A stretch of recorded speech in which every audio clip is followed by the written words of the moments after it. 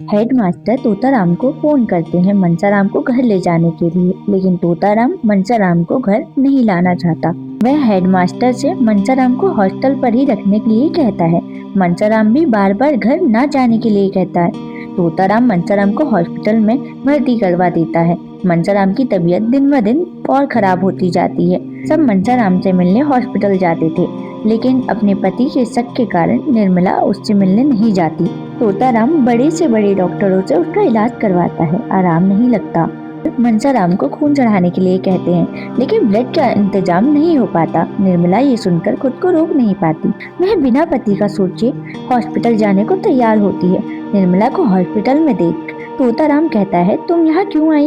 निर्मला कहती है, आप यहाँ क्या करने आए हैं? तोताराम गुस्सा करते हुए निर्मला का हाथ पकड़कर बोलते हैं, तुम्हारे यहाँ आने की कोई जरूरत नहीं, मैं बुलाऊं तब आना। मनसाराम जो पलंग से हिल नहीं सकता था, वह उठकर खड़ा हो गया और निर्मला के पैरों पर गिरकर रोते हुए बोला, अम्मा जी, इस अभागे के लिए आपको व्यर्थ इतना कष्ट हुआ। मैं आपका ये स्नेह कभी न भूलूंगा। ईश्वर से मेरी यही प्रार्थना है कि मेरा पुनर्जन्म आपके गर्भ से हो, जिससे मैं आपके ऋण से मुक्त हो सकूं। ईश्वर जानता है, मैंने आपको विमाता कभी नहीं समझा।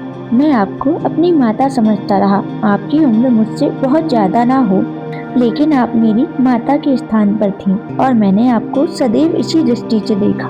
अब नहीं बोला जाता। अम्मा जी क्षमा कीजिए, यह अंतिम भेंट है। निर्मला आंसुओं को रोकते हुए कहती है, तुम ऐसी बातें क्यों करते हो? 2-4 दिन में अच्छे हो जाओगे। मनसाराम ने क्षीण स्वर में कहा, अब जीने की इच्छा नहीं और न बोलने की शक्ति। यह कहते कहते मनसाराम बेहोश होकर वहीं जमीन पर लेट गया।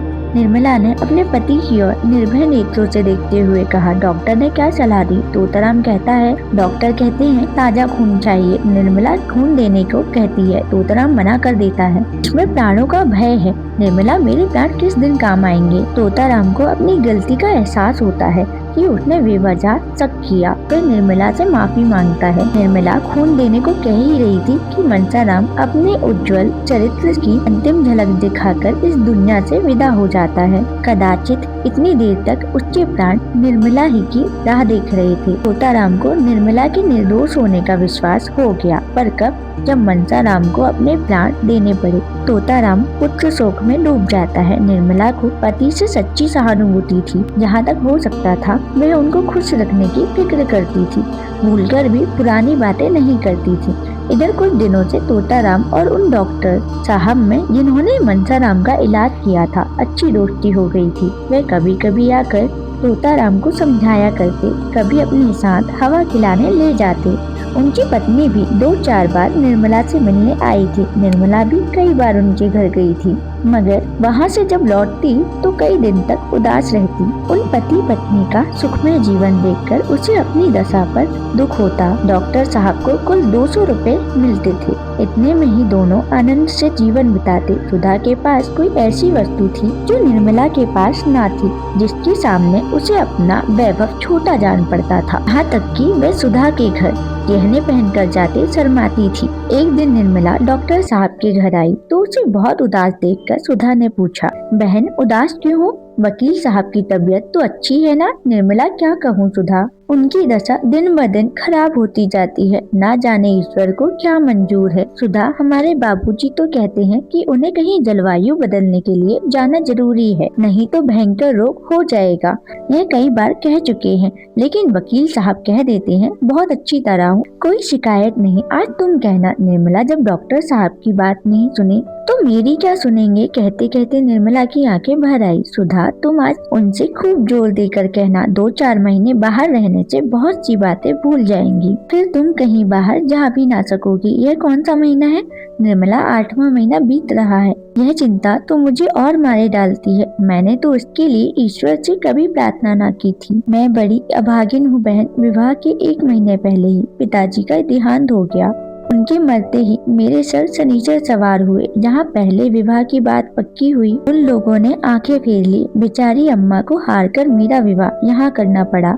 अब मेरी छोटी बहन का विवाह होने वाला है। देखें उसकी किस्मत कहाँ ले जाती है। सुधा, जहाँ पहले विवाह की बातचीत हुई थी, उन लोगों ने इनकार क्यों कर दिया? निर्मला, यह तो वे जाने। पिताजी ना रहे तो सोने की गठरी कौन देता? सुधा कहती है, यह तो नीचता है। कहाँ के रहने वाले थे वे लोग? निर्मला, लखनऊ के, नाम तो याद नहीं, आप कार्य के कोई बड़े अफसर थे? सुधा ने गंभीर होकर पूछा।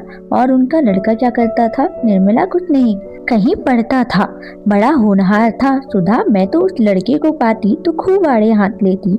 निर्मला, मेरे भाग्य में जो लिखा था वह हो चुका, बेचारी कृष्णा का क्या होगा। शाम के समय निर्मला के जाने के बाद डॉक्टर साहब बाहर से आए।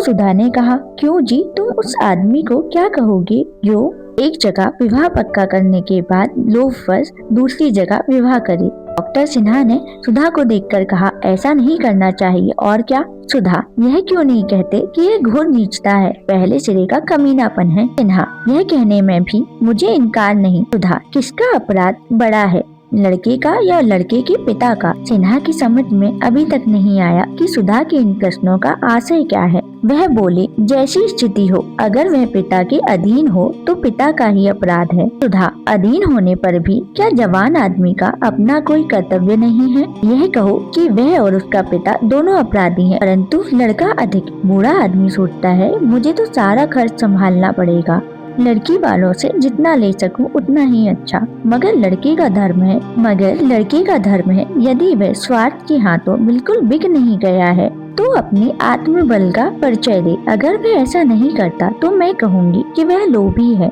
और कायर भी। दुर्भाग्यवश ऐसा ही एक प्राणी मेरा पति है और मुझे समझ में नहीं आता कि किन शब्दों में उनका तिरस्कार करूं। सिन्हा ने हिचकिचाते हुए कहा, अरे वह तो दूसरी बात थी, लेन देन का कारण नहीं था, बिल्कुल दूसरी बात थी। कन्या के पिता का देहांत हो गया था, ऐसी दशा में हम लोग क्यों करते?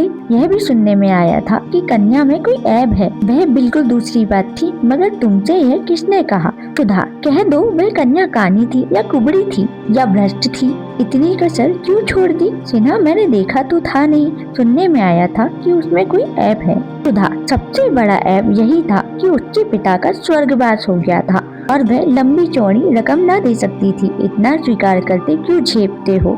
अगर दो चार बातें कहूँ तो एक कान से सुनकर दूसरे कान से उड़ा देना, ज्यादा चीचपड़ करूँ तो छड़ी से काम ले सकते हो। औरत जात डंडे से ही ठीक रहती है। अगर उस कन्या में कोई ऐब था तो मैं कहूँगी कि लक्ष्मी भी बेऐब नहीं, तुम्हारी खोटी थी बस, और क्या। तुम्हें तो मेरे पल्ले पड़ना था। सिन्हा, तुमसे किसने कहा कि वह ऐसी थी, वह वैसी थी जैसे तुमने किसी से सुनकर मान लिया? सुधा, मैंने सुनकर नहीं मान लिया, अपनी आंखों देखा, ज्यादा बखान क्या करूं? मैंने ऐसी सुंदर स्त्री कभी देखी नहीं। सिन्हा ने पूछा, क्या वह यहीं कहीं है? सच बताओ, उसे कहाँ देखा?